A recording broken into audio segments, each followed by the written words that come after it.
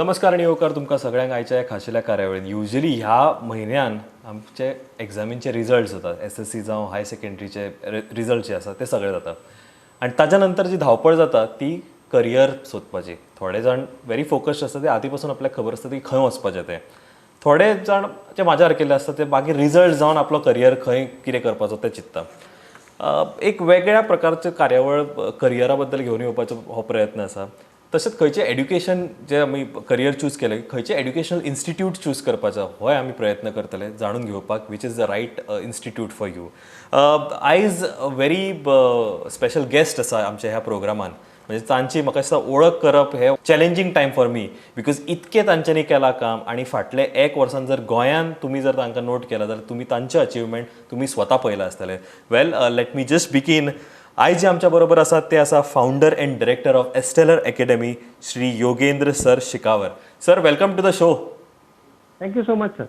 Let me first introduce you to all the viewers who don't know you exactly, but your students for the last 1 year would definitely know you. So let me just take the privilege to introduce you first. He is an academic profession for last 13 years in the experience of coaching industry, a computer engineer from NIT Jaipur. Tashat he has worked with topmost brands in coaching industry at Kota, Jaipur and Goa. Has produced many ranks in top 100 in various competitions like IIT, JEE, NET, AIIMS, AIPMT, KVPY, NTSC and Olympiads. Well, एस्टेलर अकॅडमीचो प्रवास हो गोंयान खूब नामनेचो आसा. फाटले एक वर्सान तांच्यांनी जो बदल हाडपाचो प्रयत्न केला ह्या एड्युकेशन फिल्डान ते हांव मुद्दम तुमकां जाणून सांगपाक सोदतां. ते म्हळ्यार they have been able to secure the first position in Goa Board of High Secondary School examination. 30 students from batch of around 60 people, 60 students got admission in Goa Medical College and Goa Dental College. Tashet 4 students got admission in NITs and 2 in BITS Pilani. All this at a very just 1 year time frame and he sagळे तांच्यांनी achievement केला. Sir, first of all, very great accomplishment the first year. I would have asked you, how do you feel being in the Goa, especially representing your institute? And with this, obviously you have a lot of achievements to speak about. How do you feel, sir? Sir, actually, it's a very good feeling to be in Goa and to train Goan students. Because what I have experienced being in Goa, that the Goan students have tremendous potential. Yeah. The only thing which they require is the guidance and the proper training so that they can get a very good score in any of the competitive exam. If they are trained well, they can do excellent in any of the competitive exam which is held across India, whether it is IIT or whether it is medical or even you can talk about IS also. So they have the tremendous potential. The required thing is that they are properly trained for that. Okay. Sir, I no program of mine that we have shot in the studio, as we have always opened with pandemic. We are in the pandemic situation, we are in the lockdown, you are into the education, coaching, teaching stuff. You know, how do you see this? How do you see envisage technology and how are you battling these challenging times in the business? Actually, as you have very nicely mentioned, that it is a difficult time for everyone. We are facing a situation which is unprecedented. And everyone is finding themselves in a very tough position.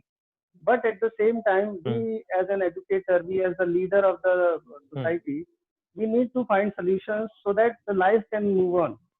So what we have done in Stellar Academy, that earlier we used to teach completely offline. That means students were coming to us to get the training. But when this situation arises, what we did, we changed our entire teaching system to online mode. Okay. Now, presently, all of our students who are enrolled with us, they are getting trained at their home. We are maintaining their safety as first and topmost priority. But at the same time, we are ensuring that they are learning at home. So learning should not stop. And for that same purpose, we are here and we are trying to achieve that in much better way. Sir, we hear a lot of things saying that, you know, we have to learn to live with the virus now. You know, we have to maybe change the way we execute ourselves. Especially when you are in this industry, how do you see yourself? Because there is no, I can't see a end to this pandemic. I can't see, things getting normal in maybe, couple of months. Now also the government has gone ahead and said, we want to conduct the, SSC and HSSC examinations. So how, what is your analysis? See, as you have rightly mentioned that pandemic is there, virus will remain now in society, and we need to learn to live with the virus. True. Now, what is meaning of that sentence? That has to be very clear from education point of view. First of all, we need to learn, we need to change our ways of learning. We need to make sure that safety and security of students is the topmost priority, and they are trained for their competitive preparation for which they aspire, because competition next year are going to be conducted on the scheduled date. Next year I am talking. Yeah. So we need to train our kids or younger generation keeping that thing in mind, and the competition will remain there because students across India, they are trying their level best to get trained by some or the other way of training. True. So keeping the same thing in mind, what we have done, that we have shifted our entire way of training and testing, doubt discussion also, study material providing also, everything we have sent in online mode. Students are getting books also at their homes. They are getting assignments. Assignments are being discussed daily and regularly, and that way their doubts are very much cleared. So now the thing is, what students' point of view, what things are required, and from parents' point of view, which things are required, that they need to mend their ways, they need to slightly modify their ways of learning, and they need to have open mind towards online mode of training also. Because till the time we get the permission from government authorities to conduct classes offline, we need to maintain that they are at their places and their learning is continued. Okay, you mentioned your strategy that you've implemented in educating the students. How are students coping? Because being a Goan, I find it very difficult to be enclosed in a room. I would watch a movie on my laptop, but then again, education. There are startups, there are apps which are into this particular thing. But then again, how are the students coping to this particular challenge? It's a very good question. Basically, you have touched 2 points. One is the psychology of Goan students, and second thing is their need to be taught and trained. So, if I share my experience, parents are very much keen and very much aware also nowadays. In last few years, the scenario has been changed. Now, I am sharing a personal experience. When I am conducting classes, sometimes even parents are sitting with the students and watching the lectures. Okay. And they are ensuring that whether whatever thing, the issues which students are facing, are those issues actually real, or students are trying to escape from the learning. And many parents have said that yes, the way we are delivering the content and lectures, it is very effective. Now the thing which is required from the student side is the practice. So for that also, what we have implemented, we have started giving them assignments, and we are ensuring that their assignments are checked. So if you give only assignment and if you don't do the follow up, if you don't check it, then students have that freedom not to solve it. Yeah. But if you make sure that they are solving, then you are ensuring that learning is continued. Awesome. So one thing is delivering the lecture. Second thing is giving them homework. Third thing is checking and making sure that they are doing the homework. And fourth thing is you are conducting a test to ensure and to find out that actually yes, they have learned or not. And fifth thing, which is the integral part of this, is their doubt discussion. Okay. When they have solved questions, suppose they have attempted 30-40 questions, out of those 30-40 questions, there can be 10 doubts. So those doubts should be cleared within the time frame so that their interest and motivation level is maintained. So we are ensuring and we are implementing further checks and balances also, because this is a new thing for everyone. True. So as an educator also, we are also evolving, and slowly and steadily we are moving towards being perfect. Okay, nicely said, sir. Evolution is part of life. Sir, let me admit something, that I have never been a bright student. Okay, when there is, say, around a batch of students, and now you are implementing education in terms of online, where you are not able to see the person, you are just interacting him online. Do you feel that this education is imparted equally to all the students of the batch? It's a very good question which you have raised actually. What mostly people do in this coaching sector is that they pay attention to only bright students. When those bright students get a very good result, then they publish those results and then they say that this is their result. But they don't pay attention to those students who are not that bright in studies or those who have lack of interest in studies. So in our online mode of teaching which we are following nowadays, we also record our lectures. Each and every lecture which we deliver is being recorded. So if for any reason a student is not able to understand any concept, that student can revisit that lecture, and by using that he or she can clear his or her doubts. Even after that, if doubts are there, then through our platform, which is very interactive, a student can post their questions and queries. That can be posted in group also. That means all students can see also. And if they are feeling shy, they can post it individually also. Those doubts are cleared by the faculties later. So we have a cohesive way of learning through all the modes. Within the class also, outside class also, through doubt discussion also, and through test and assignments also. It's a nice thing, sir. But also, you also mentioned in terms of study material, you also mentioned in terms of assignments, how are you coordinating this part of the story? Because it is a very integral part of the system. Correct. So what we have done basically, as hard copy nowadays are not available because mode of transportation and this traveling is not available. So what we have done, we have converted entire content into online mode. Online mode means a student is getting PDFs. Those PDFs can be read through laptops, desktops, even mobile also, and that is working as their study material. Questions are also given in that format also, so that they can solve it. And those solutions which they are doing in their copies, they can keep those copies, and as and when we are getting the opportunity, when these restrictions are over, then those copies can be checked in physical form also. And till that time, students are posting their copies, screenshots of that, to make sure that they are solving questions at home.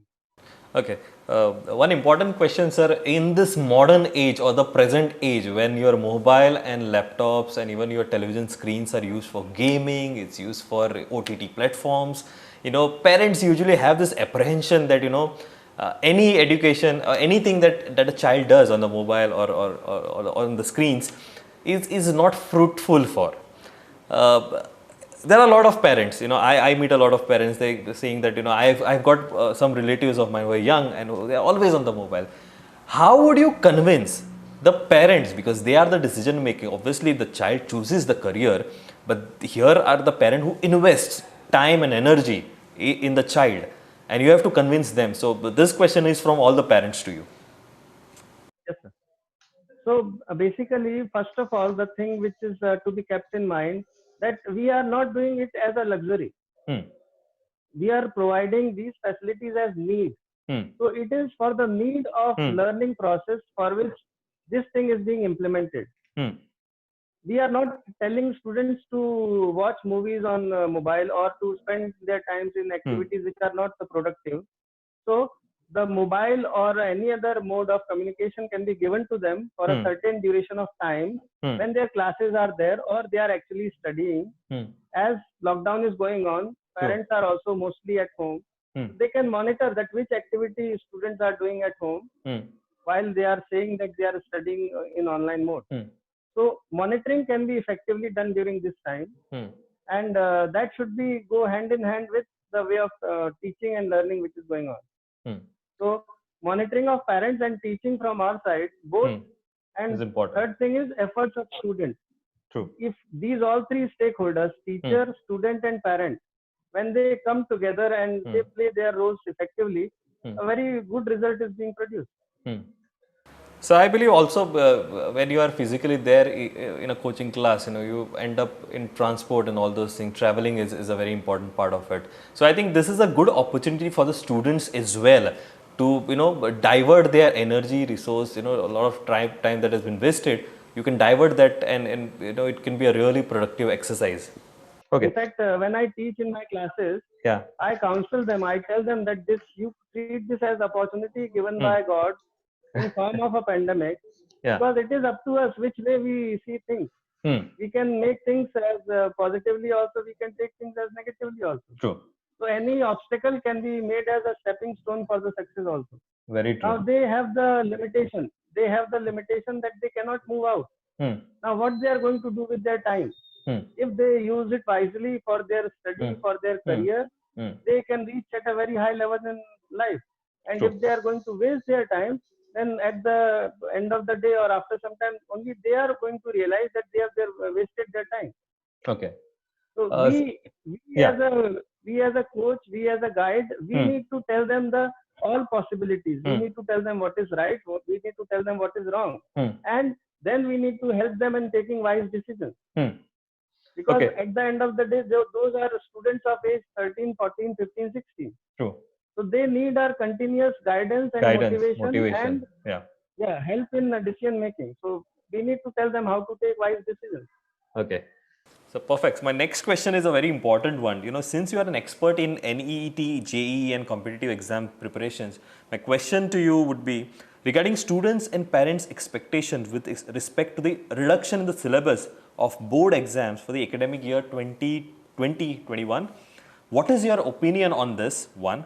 And also what is your opinion and expectation with respect to the this year's level of papers of NEET and JEE? So, but these are very two important questions related to these competitive exams.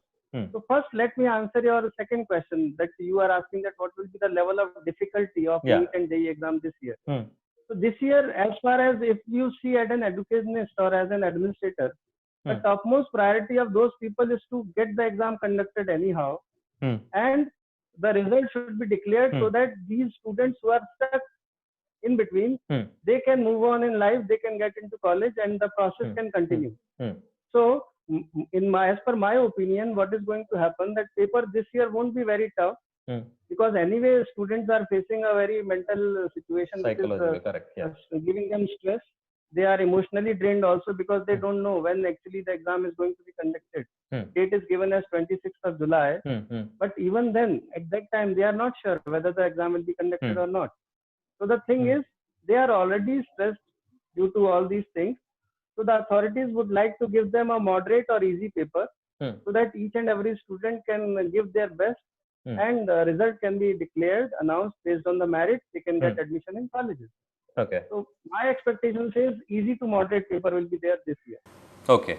That is your frank analysis. Yeah.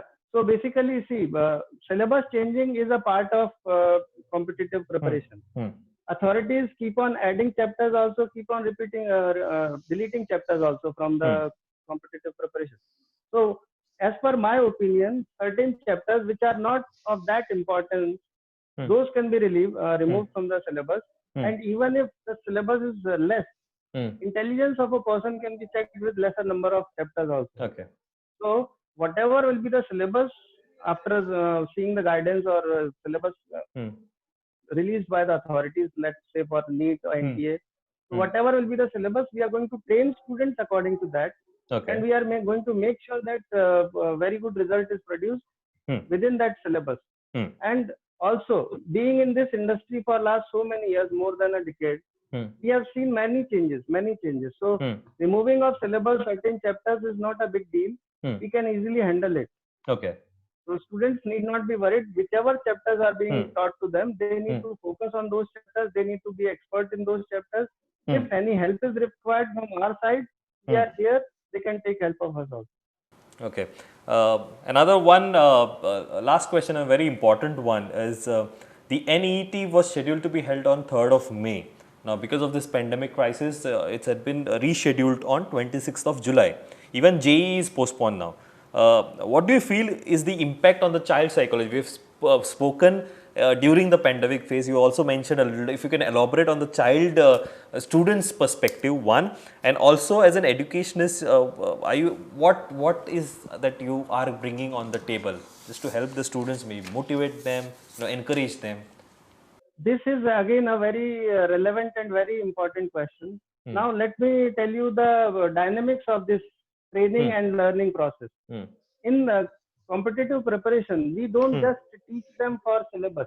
We are not simply teaching them the syllabus. We are also training them in various skills. That's why we are called coaching. We are not tutoring.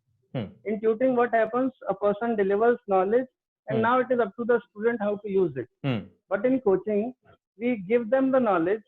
Apart from that, when they get the knowledge, then we do testing also. When we do testing, then a student realizes that, okay, these topics are not very well prepared, or their accuracy level is not good, or their time management is not good, or sometimes they are not able to feel they are not able to actually, hold on the pressure. They are not able to handle the pressure during the competitive exam.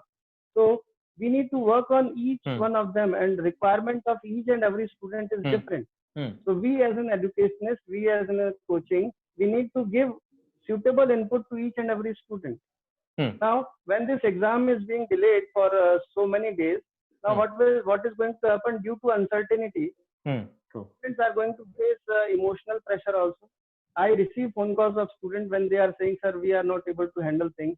And then I talk to them, then I counsel them, and I tell them that you don't worry, you keep on preparing, and with the time, in fact, you take this as an opportunity to prepare extra. That is how we are doing. In fact, let me tell you, when you have asked what mostly coachings do, they prepare students only for the syllabus, and then they leave them.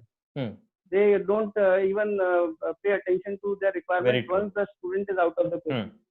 Now, what we have done, when I got to know that exam will be conducted on 26th of July, daily I have kept 2 hours of extra practice to all the students who are going to write exam this year.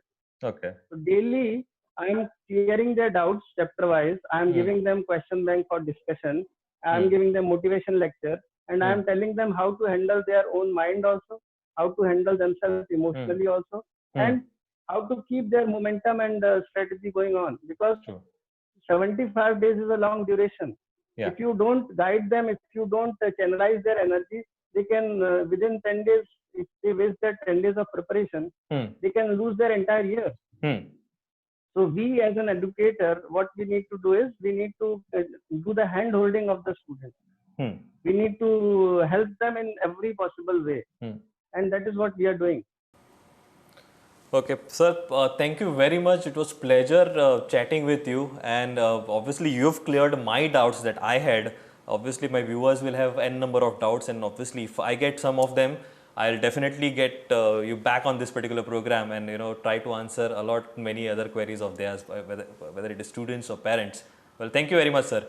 Thank you so much, sir. Thank you. Thank you for giving us an opportunity to interact with students through your platform. Okay, thank you. Pleasure, sir.